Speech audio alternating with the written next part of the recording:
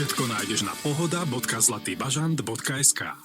Všetky podcasty ZAPO sú nevhodné do 18 rokov. A vo všetkých čakaj okrem klasickej reklamy aj platené partnerstvo alebo umiestnenie produktov, pretože reklama je náš jediný príjem.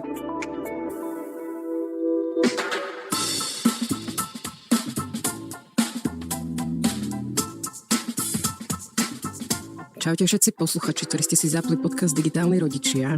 Ja mám takú otázku, nielen na teba, Peťo, ale aj na vás všetkých. A možno budete prekvapení, prečo toto teraz vyťahujem, ale pamätáš si na základnej škole predmet, že pestovateľské práce, technické práce. Máš vôbec nejakú takú spomienku, že toto niekedy niekde bolo? Mali sme pracovné vyučovanie. Ale pestovateľské práce, čo v Petržalke vypestuješ? Na balkóne, paradajku. Je mi to ľúto, ale ja si teda veľmi dobre pamätám tieto predmety. U nás na východe, u nás v Michalovciach konkrétne, pozdravujem základnú školu. A neraz som teda tak diskutovala o tom, že prečo už teraz tak vymizajú, alebo aké by ich mali nahradiť. A už sme to tu aj rozoberali v podcastoch, že deti by sa mali vzdelávať aj viac na ekonomické témy, psychologické, mali by sa vedieť správne rozhodovať nejako. Kritické myslenie by niekto mohol začať učiť. No, ale dnes sa tu budeme baviť o takom predmete s názvom mediálna výchova a nebudeme sa baviť iba my dvaja, pobavíme sa traja, pretože máme tu hostku medzi nami, pani učiteľku predmetu mediálna výchova. Vítajte, Alena Rabčan-Štrompová. Pekný deň, ahojte. Takže máme tu učiteľku z základnej školy Ľudovita Ful v Košiciach a učíte aj slovenčinu. Dobre som si to pozrela? Áno, učíme aj slovenčinu, teda učím slovenčinu a mediálnu výchovu. A tá mediálna výchova, to je predmet, to je krúžok. Čo je to na vašej škole? Je to predmet, učí sa na 2. stupni, teda od 5. do 9. ročníka, ale musím povedať, že sme to tak rôzne prispôsobovali našim možnostiam a momentálne sa učí v 6. až 8. ročníku. Keď ste povedali, že učíte slovenčinu a mediálnu výchovu, mne okamžite napadlo, vy ste niekedy videli, ako si deti píšu cez WhatsAppy, Messengery, Vibery, že akú slovenčinu tam používajú. Lebo mňa ide roztrhnúť, že aj keď doma, vieš, píšeme diktáty, aj sa snažíme, aj všetko, a potom ti napíšu cez ten WhatsApp a to je, že ička vôbec nič, diakritika na čo, samozrejme, však šetríme si čas, pol slova skráti, druhé pol nahradí emotikonom. Strašne ma fascinuje táto vaša kombinácia. Začnime tu. Slovenčina versus digitálne technológie. Som veľmi odolná voči tomu. Dobre. Ale áno, samozrejme, tá čistá slovenčina, to, čo sa učí, možno právopisná zložka, tak je záležitosť práve tých hodín slovenského jazyka, aj keď zase nie som úplne stotožnená s diktátmi, poviem pravdu a na rovinu, ale zase tá mediálna výchova, ja si nevšímam pravopis, pretože cieľom mediálnej výchovy je niečo úplne iné. Ale videla som všetky WhatsAppy, všetky. Ja si nevšímam, ale zabolíte pri srdiečku. Presne, ale zabolí, ale keby som bol slovenčinárka, kde mne by oči vykrvácali. Čiže ty by si odpovedal, ja viem, ešte raz napíš tú správu a gramaticky správne. Presne, a bolo by po mediálnej výchove hneď. Nie, naozaj mám vysokú odolnosť. Gratulujem. Prípadných učiteľov sa mi tu pozývame. Všetci sú takí dobrí, láskaví, k tým žiakom tolerantní, takže áno. A ešte si tu čítam z poznámok, že v ročnom programe K17 Komenského inštitútu ste nejakou súčasťou. Povedzte nám o tom, čo je toto, čo je tam vašou úlohou? No, spája sa to práve s tou mediálnou výchovou. Momentálne tento rok som v ročnom programe Komenského inštitútu, kde je môjim cieľom tak trošku prehodnocovať mediálnu výchovu, lebo tú mediálku učím už trošku dlhšie a tiež sa otváram rôznym témam, prehodnocujem. Je to úžasný predmet, veľmi taký flexibilný a musím tiež reagovať na to, čo práve tie decká robia, čo sa deje v spoločnosti. A my ho učíme na 2. stupni, ale niekde sa učí aj na 1. stupni a to je práve môjim cieľom v tom ročnom programe Komenského inštitútu, že ako ho posunúť na ten 1. stupeň. O čom by sa mohli rozprávať, učiť prvostupniari. Veď vo Fínsku je to od škôlky. A takisto veľmi zaujímavý taký moment je tam, že práve do tejto debaty, do tejto diskusie môžu vstúpiť aj rodičia a aj deti. Túto epizódu vám prináša Fieldman, ktorý oslavuje 14 rokov. Využite narodeninové zľavy 14% na vaše obľúbené produkty, od kosačiek až po záhradný nábytok a grily. V predajniach Planeo a na planeo.sk. Prosím vás, kľudne ma vysmejte, ale potrebujem sa to opýtať za našich rodičov. Povedzme si najprv, čo je to tá mediálna výchova. Ja si nemyslím, že úplne na každej škole, možno teda nie som úplne informovaný, ale myslím si, že nie je. Takže vy už ju reformujete, ale najprv si povedzme, čo to bolo a teraz kam sa ju snažíte dostať. Vôbec nevysmejem, pretože tak ako vravíte, nie je na každej škole a väčšinou je to ako prierezový predmet alebo prierezová téma. No je to povedzme ako krúžok ešte aj to. Alebo krúžok, áno, tam kde sa píšu. Povýšené. Čo sa tam učí? Ako to vyzerá? Väčšinou je to ako krúžok, ktorý sa zaoberá, ja neviem, tvorbou časopisu alebo možno, že je to školská telka, školský časopis, školské rádio, alebo je to teda prierezová téma, kde tu možno, že urobiť nejaké interview, alebo sa teraz momentálne rozpráva o tom, ako by sme mali prehodnocovať texty, alebo prehodnocovať informácie, ale realita je rôznorodá. No a my to máme ako predmet a naozaj niektoré školy nie sú ochotné práve ísť do toho. Začalo sa to tak, že som do školstva vstúpila práve z médií. A z tretieho sektora.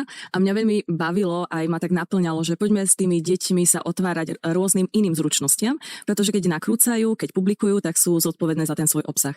Oni si premyslia, čo povedia, ako povedia, či neurážajú niekoho pri tom, alebo či neprezadia niečo, čo by mohlo uraziť.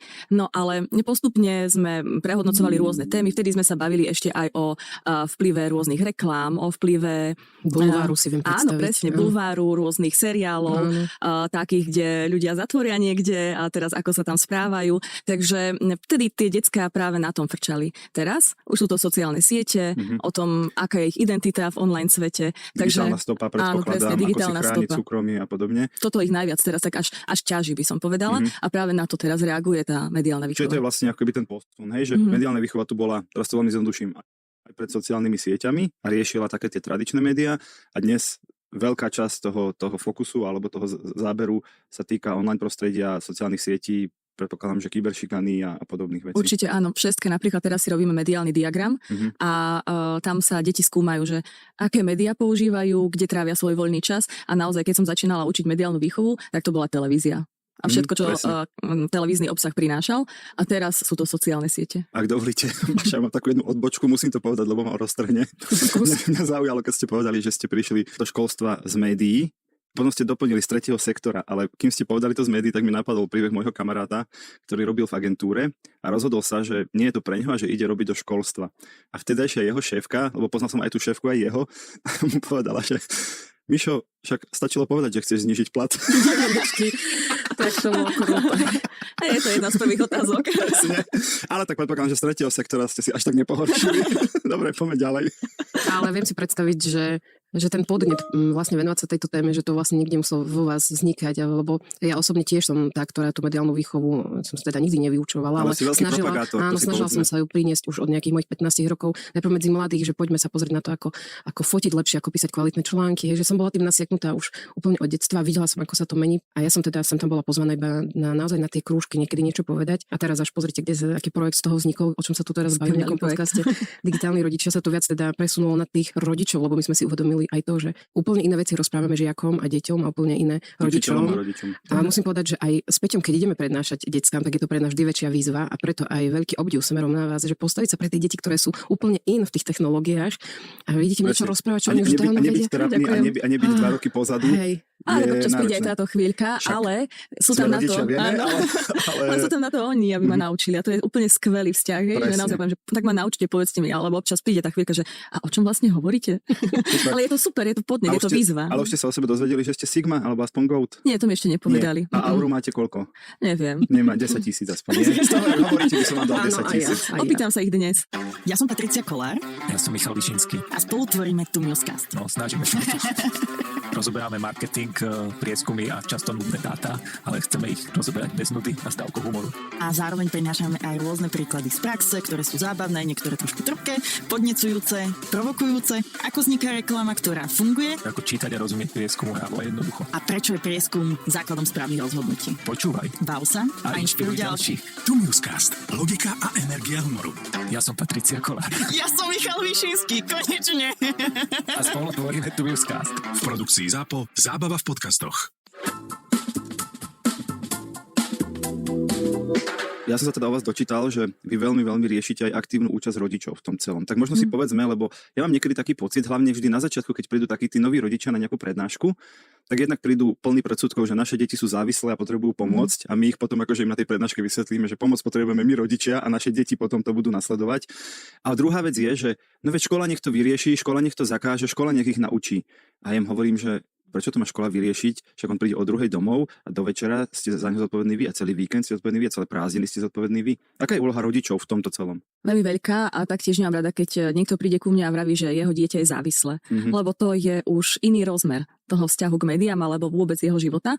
A tu sa treba práve rozprávať, veľmi veľa rozprávať s rodičmi, čo tie deti robia, na čo využívajú práve možno ten mobil, lebo väčšinou poukazujú rodičia na tú závislosť, čo nie je závislosť na mobile a na sociálnych sieťach. No a práve preto aj v tom ročnom programe Komenského inštitútu si prizývam rodičov. Prizývam si k tomu, aby boli spoluúčastní tvorbe konceptu mediálnej výchovy alebo vôbec kritického myslenia. Sa dohadujete na tom, čo ich deti majú. Áno, lebo oni presne vidia tie svoje deti doma, tak ako ste vravili, od 2. do 10. večer, vedia, čo robia, alebo teda aspoň by mali vedieť, čo robia. Koľko to robia. Koľko, áno. Ale takisto vravím tým rodičom, veď OK, tak si založte nejaký účet Instagramový, Facebookový alebo iný, aby ste videli, čo sa tam deje. Aj keď Facebook, áno, to je už to je história, to je nič, to už sme starí, ale všetky tie ostatné. A pri Instagrame im hovorím, lebo niektorí tak opatrne zdvihnú ruku, že však mám aj Instagram, aj tam sledujem tú svoju dcéru, aby som vedela. A ja im poviem, buďte v pokoji, sledujete ten profil, ktorý vaša dcéra chce, aby ste sledovali, a potom má ešte druhý, kde sa volá inak, a možno má aj tretí, ale to nie je úplne každá. A je to úplne prirodzené, presne tak. Ako ste vy na tom s technológiami? Keby som sa tak spýtala, že čo máte stiahnuté, aké apky napríklad v mobile, lebo si viem predstaviť, že musíte byť aj vy na tom, na pulze doby s deckami. Tak musíte tie veci poznať, aby ste o nich mohli učiť. Práve preto ma oni učia. Veľakrát, ale jasne, tak mám posťahované zase nie všetky aplikácie a veľakrát sa mi stane, že si stiahnem a potom si ju odinštalujem, pretože naozaj iba spoznávam, ale ako priznám sa, že ten predpotopný Facebook, lebo to je už skôr taká záležitosť propagačná. Instagram, áno, TikTok, áno, Snapchat, áno, Discord. Mala, odinštalovaný. Odinštalovaný WhatsApp? Áno, lebo to bola veľmi veľká taká už náročná komunikácia, lebo si človek vyhľadá už. Jasné. Ale mali sme skupinu. Na EduPage sa nepýta. Jasné. Áno, Viril. Toto nemám. A o tom ste počuli, alebo teda deti o tom ešte hovoria, alebo už úplne. Ale my máme napríklad históriu médií a tam už v histórii. A oni už naozaj, akože keď majú kresliť niektoré tie ikonky, a tak už nás krásne zadeľujú a ja stále čakám každý rok, kde sa čo popresúva. Až tam príde Facebook, tak budete vidieť, že... Už je tam, áno, ale čo už. Ale pozorovať, Facebook stále kráľuje sociálnym sieťam, takže pozor. To, že sociálnym sieťam kráľuje, to si naše deti, chápeš, im je to úplne jedno, pre nich je to starý dinosaurus, škaredý, nechutný, sú tam rodičia, nezaujíma, nebaví, dovidenia. Ako sa volala tá apka, tá sociálna sieť, ktorá vznikla počas korony a iba sa tam rozprávala? Clubhouse. A o tom ani nerozprávajú. A to tiež prišlo, proste zjavilo sa to, odišlo to. Wow, že história sociálnych história médií, to je také krásne. Ja som minule prišla s tým, že Walkman, lebo my tam máme kadečo a oni tam pozrieť, že pani Šoka, a čo to je? Wow. A ste im doniesli nejaký ukázač? Áno, to sa tak veľmi tešia. Ja som prešla už na to, že kazety donášam Walkman. To krásne. Nie, lebo to som nechce doniesť. Keď to počúvam, to musí byť veľmi obľúbený predmet. Ja by som tam chcela sedieť ako žiak tiež, že mediálna výchova, kde tam tie pestovateľské práce, také zručnosti.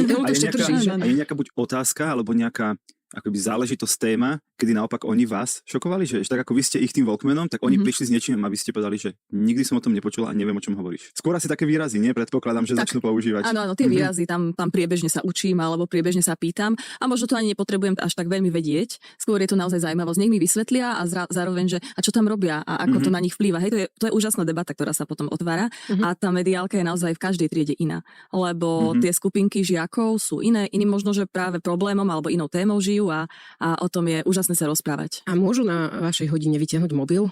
Môžu. Priam s ním pracujú. Takže ale vyťahujú ho cieľene, s nejakým konkrétnym úlohou. Áno. Buď keď niečo nakrúcajú, alebo naozaj zakladajú nejaký profil, ktorý istý čas funguje, alebo skúmajú, že čo polajkovali napríklad, poskrolovali dnes. Ako tam si ani neviem predstaviť prácu bez mobilu. Ja práve smerujem túto otázku na tú jednu veľkú, ktorá rezonuje na Slovensku a my počúvame s Peťom dlhodobo, že teda čo hovoríte na to používanie, nepoužívanie. Máš však už platný zákaz mobilov na prvom stupni.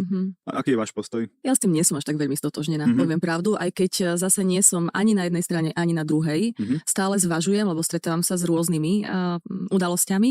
Taktiež som už riešila veľmi škaredé veci ohľadom kyberšikany. Videla som, čo to spôsobí a ako to pôsobí na dieťa a potom aj na rodiča.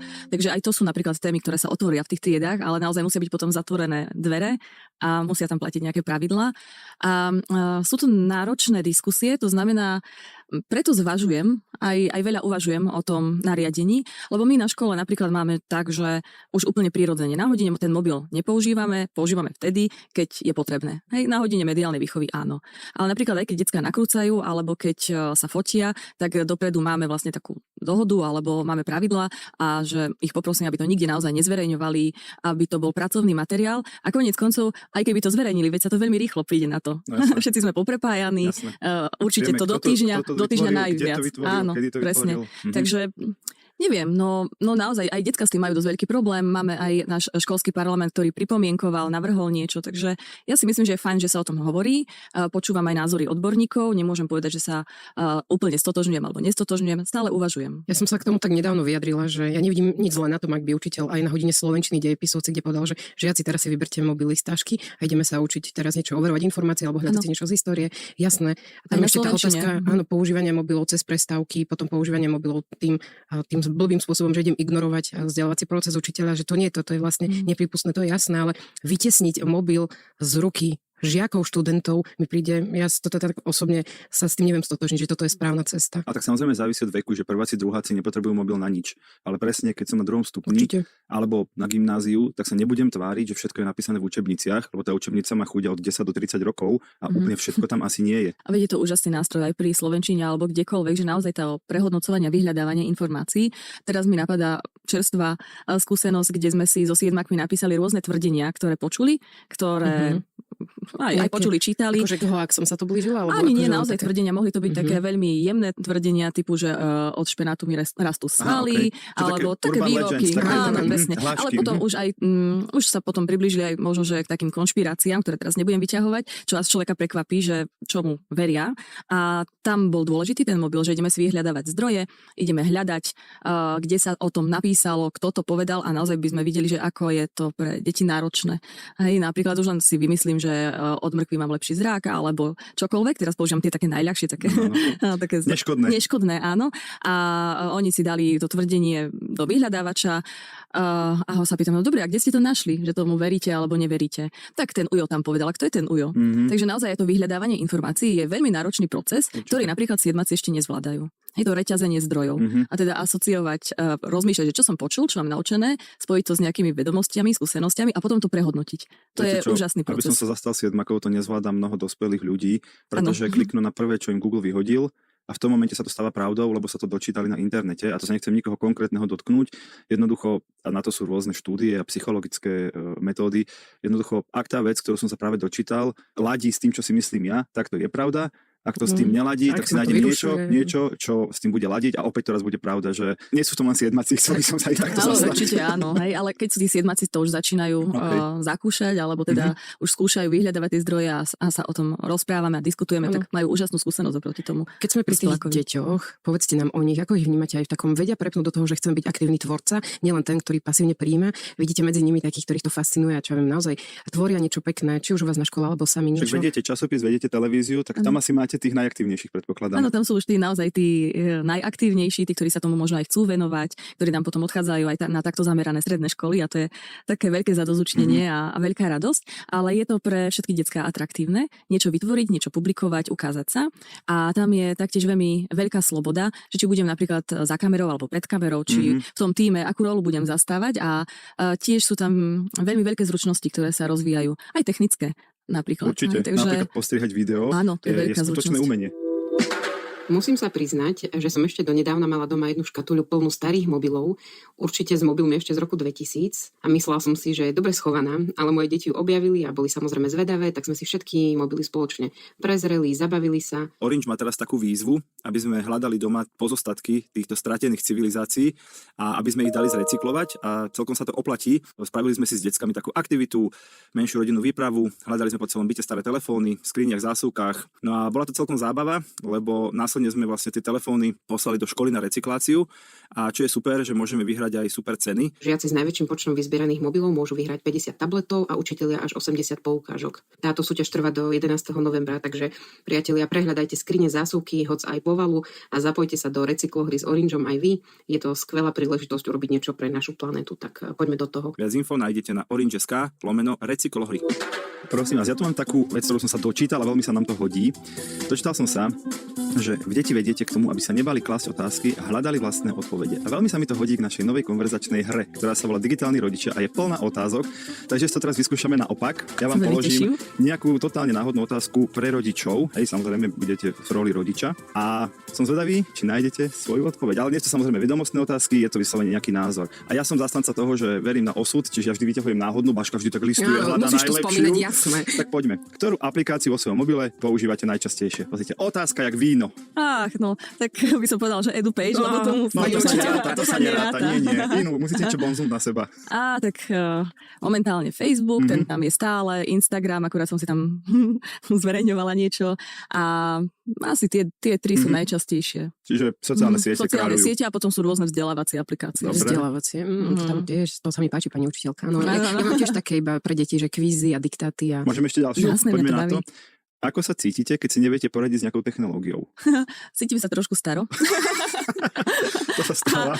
Ale mám na to bandu mojich úžasných detí a teda mierim hneď do triedy a pýtam sa. Ináč toto je úžasné, že my to hovoríme rodičom a tam je to podľa mňa, nie je to úplne jednoduché, ale je to stále jednoduchšie povedať, vieš čo, ja tomu nerozumiem, poď mi to ukázať, vysvetliť.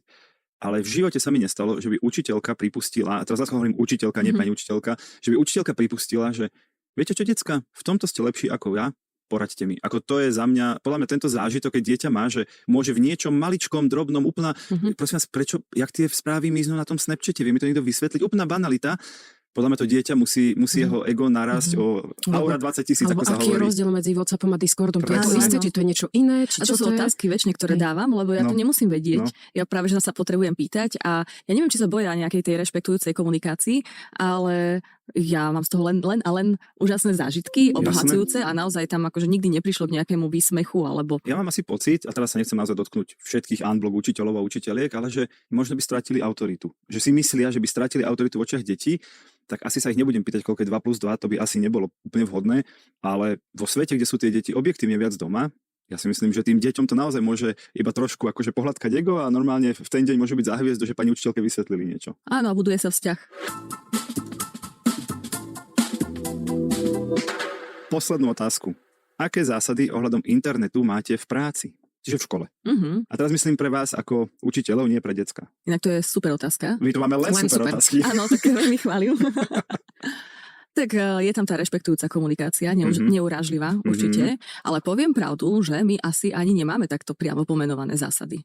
Že možno, že je to práve také nepísané pravidlo, ako sa máme rozprávať a správať a našim komunikačným nástrojom je práve ten EduPage s rodičmi, takže tam platia určite nejaké zásady komunikácie. A zároveň si predpokladám, že nechodíte s mobilom po chodbách tej školy a neťukáte, alebo keď ste v triede, tak asi ten mobil, ak nie je súčasťou procesu, nevyťahujete z kabelky a tak. Že asi sú tam takéto pravidlá aj pre učiteľov, nie? Sú, ale napríklad ja chodím všade s mobilom, sa priznám, aj po tých chodbách, aj som na vyučovaní s mobilom, ale deckám hovorím, čo tam robím. Mne sa to zdá fér a spravodlivé a keď zapisujem chýbajúcich, tak im poviem, že zapisujem, keď poviem, že hľadám práve túto aplikáciu, o ktorej ste mi hovorili, tak hľadám, inštalujem alebo rovno si k ním sadnem, takže veľmi tak otvorene. No, tak je to rozdiel, keď ide učiteľka, ktorá len pozerá do toho mobilu a nevníma, že má dozor na chodbe, je to asi iné, ako keď potom ho reálne používa. Hlavne keď učím mediálnu výchovu, tak asi je dobre cez mobil riešiť.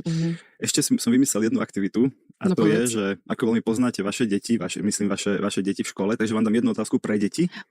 Lebo aj také tam máme. A skúste odpovedať, čo by oni odpovedali vám, keby ste sa ich opýtali. Fúha, to bude náročné. Netuším, čo je to za otázku, možno to bude blbosť.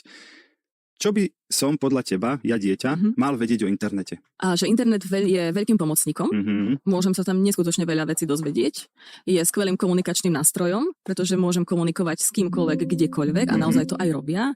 A že je to výborným pracovným nástrojom a budem to používať aj v budúcnosti. A preto nemôže byť zakázaný. A keby sme tam chceli zahrnúť aj nejaké jedno varovanie skúsenejšieho človeka, čo by to bolo? Prečo by som si mal najviac dať pozor na internete? Že jednoducho tá moja hodnota je ukotvená práve v realite, nie na internete, nie v online svete a ten počet lajkov o ničom naozaj nehovorí. Paráda. Vy by ste to mohli aj učiť. No dobré, keď sme pri tom hovorili sme, že mediálna výchova nie je na všetkých školách, ale nás počúvajú rôzni učitelia, aj riaditelia škôl a tak ďalej. Ako by ste možno vy poradili teraz učiteľom, ktorých to zaujalo, že aj my chceme mať mediálnu výchovu ako predmet na škole, čo by mal byť ten proces, aby sa to stalo možno od ďalšieho školského roka? Oni si potrebujú sadnúť s vedením a s pedagogickou radou a prehodnotiť rámcový učebný plán. Lebo každá škola má disponibilné hodiny a je naozaj na škole, čomu ich bude venovať. A veľa škôl ich venuje práve rozšírenému vyučovaniu možno slovenského jazyka, matematiky alebo iným predmetom, ale keď tak porozmýšľajú, že naozaj aká doba nás čaká a čo by tie deti, aké vedomosti a zručnosti mali mať, tak dá sa uvoľniť aspoň tá 1 hodina niekde. Okay, čiže ich pozbudzujeme k tomu, aby prehodnotili všetky predmety a či sa tam neuvoľní nejaké miestečko. Určite áno. Práve pre predmet mediálna výchova. Čo je pre vás pri tejto práci najnáročnejšie? Držať krok s dobou, alebo je tam niečo ešte, čo my nevidíme? Je to aj to, že držať krok s dobou a poviem pravdu, že z začiatku som bola veľmi vystresovaná, že to ani nestíham. Teraz som si povedala, že OK, veď žiaci sú moji partneri a pomôžu mi a naučia ma a práve o tom môžeme komunikovať. Ale potom sú to aj veľmi náročné situácie, ktoré vznikajú v triedách, keď pri rôznych komunikáciách a tam naozaj potrebujem zvažovať, že ako a čo povedať a nemôžem napríklad chcieť, aby som zmenila naraz ich myslenie, lebo je to kritické myslenie veľký proces a trpezlivosť. A potom je to aj komunikácia s kolegami samozrejme o cieľoch tej mediálnej výchovy. A viem si predstaviť, že aj o zmysluplnosti, že tí, Určite. ktorí nežijú na internete, tak si myslia, že pani zvyšok sveta nepotrebuje internet k životu. No bohužiaľ je to tak. Aj na vašej škole viac ešte takých učiteľov, pedagógov, ktorí úplne, že vidíte, že nemajú k tým sociálnym sieťam, aplikáciám vzťah, že vôbec nepoužívajú ani Facebook. Ešte stále je veľa. Ešte stále sú, ale myslím, že už na našej škole je nastavená komunikácia, kde sa navzájom rešpektujeme. Oni síce možno sociálne siete nemajú, ale občas sa pristavia a je to tiež zaujímavý dialog a diskusia. Ja sa tak veľmi teším, že vznikajú takéto predmety, že to prichádza naozaj do tých škôl, kde naše deti dennodenne trávia toľko času, aby sa tam naučili okrem všetkých veľmi dôležitých predmetov, aby tam mohli stretnúť aj predmet mediálna výchova. Som veľmi rada, že sme sa mohli rozprávať dnes aj s pani učiteľkou mediálnej výchovy. A slovenčiny, ale mne to tam furt ide, rozumieš? Áno, je to krásna to kombinácia. brutálne kombo. Tak ja som rada, že sme si mohli takto skvele pokecať o téme, ktorá myslím, že nás spája a sa snažíme rovnako o tú osvetu mediálnej výchovy, kritického myslenia. Tak asi si navzájom môžeme povedať, že držíme si palce. Určite áno. Každý v tom, čo robíme. Hej. A tak ďakujem za váš čas. Držím palce pri tých vašich deťoch, pri tých vašich všetkých povinnostiach aj a pracovných výzvach. Ďakujem veľmi pekne za pozvanie. Som veľmi rada, že som mohla byť a že ladíme na rovnakej vlne. Ďakujeme spoločnosti